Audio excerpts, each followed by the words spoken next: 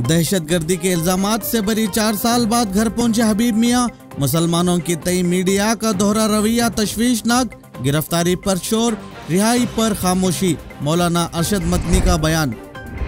Corona virus अभी खत्म नहीं हुआ है। मुल्क के लोगों को हर चैलेंज से निपटने के लिए तैयार रहना होगा। वजीर आजम Narendra Modi.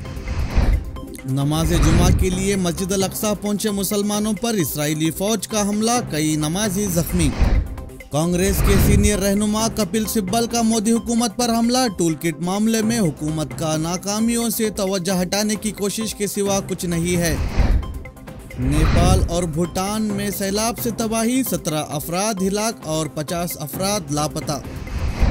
Commonwealth games champion और रोम ओलंपियन मिल्खा सिंह कोविड-19 की वजह से 51 साल की उम्र में इंतकाल कर गए। सऊदी हुकूमत ने शुरू की 2021 हज की तैयारियां। मखसूस अस्पतालों समेत दी जाएंगी सहूलियात।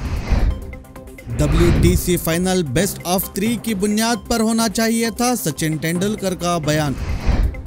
कोका कोला और पानी की बोतल हटाने के बाद फुटबॉल खिलाड़ियों को यूएफा की वार्निंग।